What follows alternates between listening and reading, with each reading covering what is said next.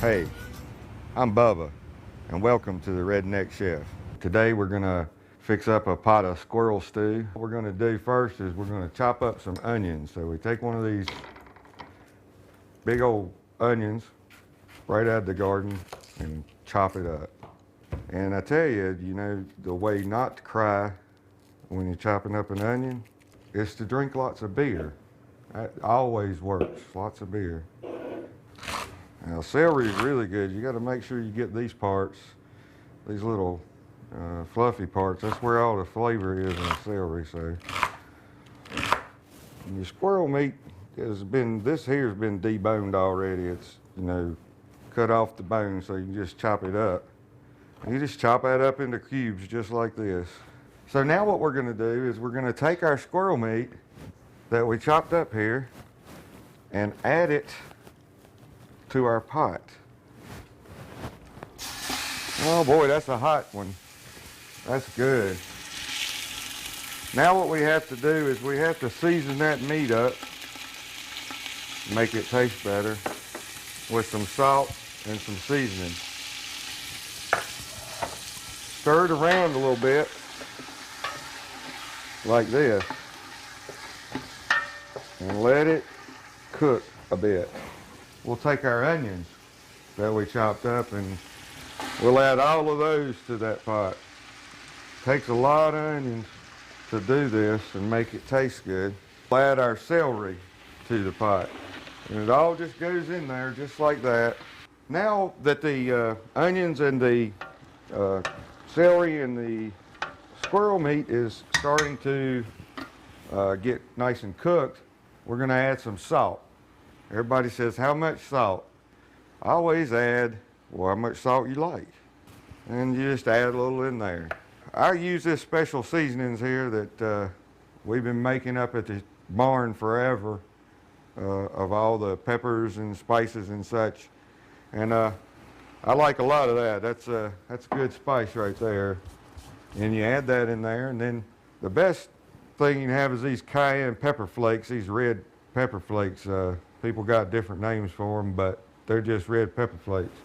And I like to add quite a bit of that because the hotter the better.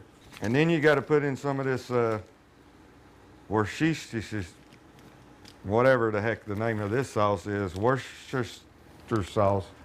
That's some good stuff, and you add in some of that. And like I said, you just have to know how much to add by taste. If it tastes good to you, then it's going to be good. And then this red hot sauce here, you got to have this. This just keeps adding more and more and more flavor. And so you just put it and put it and put it until you decide you might have enough.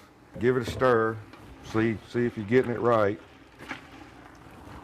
Now we're going to take your chicken broth and you add that in there. Put the whole thing. What we're going to do is we're going to add the good stuff.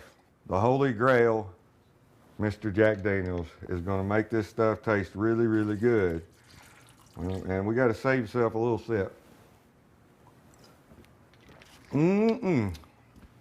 Hoo-wee. That's good stuff right there.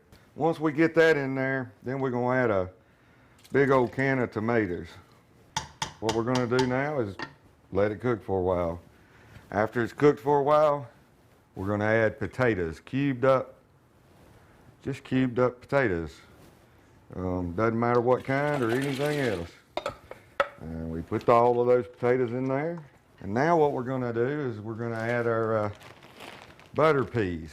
Butter peas are little green peas. Now what we're going to do is add some of that corn that we took off the cob. So we stir and we stir it, and it's looking pretty good right now. So, you don't have to do much. Just turn it on low, simmer. Let it cook for an hour, maybe 2 hours, about the time it takes to drink a 12-pack of beer. And then come on with me, we'll go have one or two.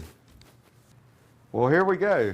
We have the squirrel stew, and it's been cooking while I've been out in the backyard, in the hammock, taking a nap, having a few cold beers.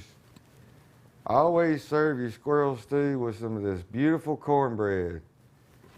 That's the easy thing to make, cornbread. We'll feature that next time on the Redneck Chef.